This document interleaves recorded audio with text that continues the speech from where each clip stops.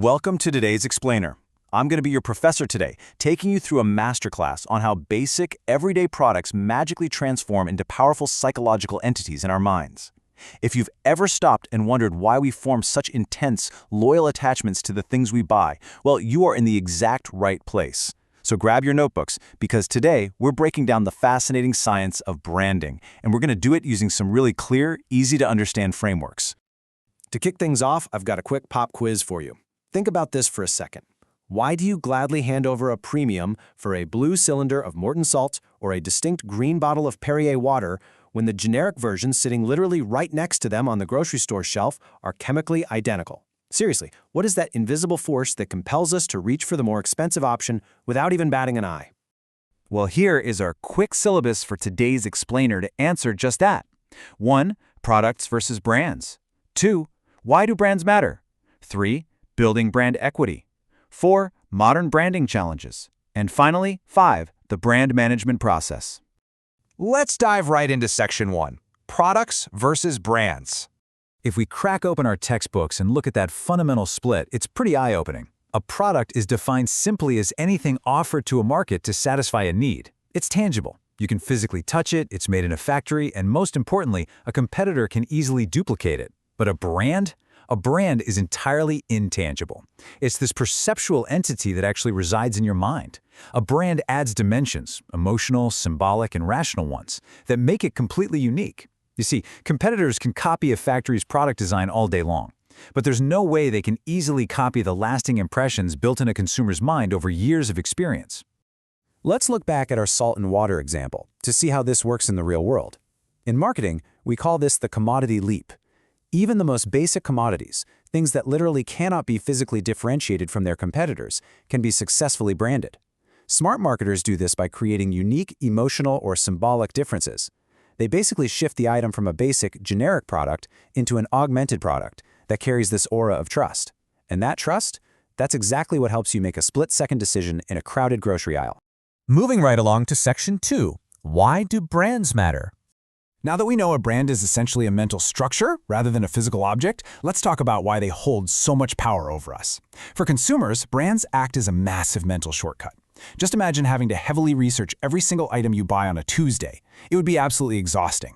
Brands reduce our search costs by setting very clear quality expectations. They also act as a major risk reducer. Whether you're avoiding the financial risk of a bad purchase or the physical risk of buying, say, unsafe car tires, a known brand offers instant reassurance. And beyond all that, we actually use brands as a symbolic device to project our own self-image to the world. We form this symbolic pact of trust. They give us consistent performance, and in exchange, we give them our hard-earned loyalty. Now flip the script. The crucial point for the companies creating them is that these brands represent highly valuable legal property. Think about it. Brand loyalty creates incredibly predictable, secure demand for a product. That builds a massive barrier to entry, making it super hard for new competitors to just swoop in and steal customers. And because we trust the brand, the firm can command price premiums, giving them much higher profit margins. In fact, for a lot of companies today, their brand represents up to a massive 60% of their overall financial value. That is a staggering amount of money tied up purely in consumer psychology. Let's turn to Section 3, Building Brand Equity. So, how does a brand actually build that immense value over time? The academic foundation for this is a concept called customer-based brand equity, or CBBE for short. Let's translate that into easy language. It basically means a brand's power comes entirely from everything you have learned, felt, and seen about it over time, which ultimately changes how you react to it. So if you react more positively to a branded t-shirt than you do to the exact same unbranded t-shirt, that difference in your reaction, right there, is brand equity in action. Building that equity requires a strategic 1-2 punch. First up, you need brand awareness. Consumers have to easily recognize the brand and recall it the moment they need something in that category. But awareness alone isn't enough to pass the class. You also need brand image. Marketers have to build associations in your memory that are strong, favorable, and totally unique. Because let's face it, if people know your brand but they have negative feelings about it, your equity is going to tank. Now, if you successfully build solid awareness and a great image, you can reach the absolute pinnacle of this process, brand resonance. This is the holy grail where a customer feels completely passionately connected with a brand. Think about a die-hard Apple loyalist or a totally dedicated Harley-Davidson rider. They aren't just buying products anymore. They feel completely in sync with the brand's core values. They often become voluntary evangelists who aggressively defend and share their passion with anyone who will listen. That kind of unwavering loyalty is what every company dreams of. Which brings us to Section 4, Modern Branding Challenges. Because, let's be real, it's not all easy A's for corporations out there. The rules of the game are changing incredibly fast. Today's consumers are super empowered. You and I use online reviews like Yelp, Reddit, or TripAdvisor instead of just blindly trusting a brand name to signal quality. And this means companies have completely lost message control. Their brand meaning is literally being co-created by consumers on the internet every single day. Add to that a highly cluttered marketplace packed with new products, the rapid decline of traditional TV advertising, and intense corporate pressure to hit short-term sales goals. Well, it gives marketing managers a lot of sleepless nights. Building long-term equity is harder right now than it's ever been. Finally, let's look at Section 5, the brand management process. So how do companies survive these roadblocks? They use an actionable, 4-step playbook to turn an abstract idea into a true financial powerhouse. Step 1 is identifying the plan, basically figuring out exactly what the brand should represent. Step 2 is designing the actual marketing programs to bring that vision to life. Step 3 is constantly measuring their performance. And Step 4 is taking a long-term view to grow and sustain that equity, sometimes expanding across the globe.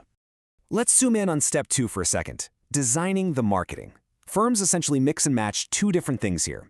First, they choose brand elements. These are inherently memorable names, catchy jingles, or distinct packaging meant to grab your attention.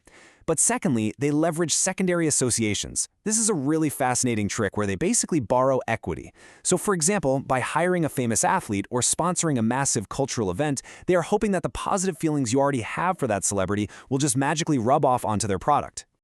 And to make sure they aren't failing the course, companies most constantly execute Step 3, measuring performance.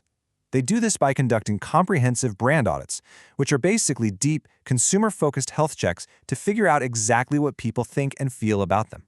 They pair these audits with routine brand tracking studies, using marketing dashboards and social media listening to monitor consumer sentiment day in and day out. They have to know immediately if their shiny image starts slipping. Okay, let's pull all of this together. The key takeaway from our entire syllabus today is captured perfectly right here. Ultimately, a competitor can easily copy a product's physical design in a factory. That is just manufacturing. But they cannot easily copy the unique associations, the deep trust, and the lasting impressions built over years of product experience. They simply cannot easily manufacture a place in a consumer's heart.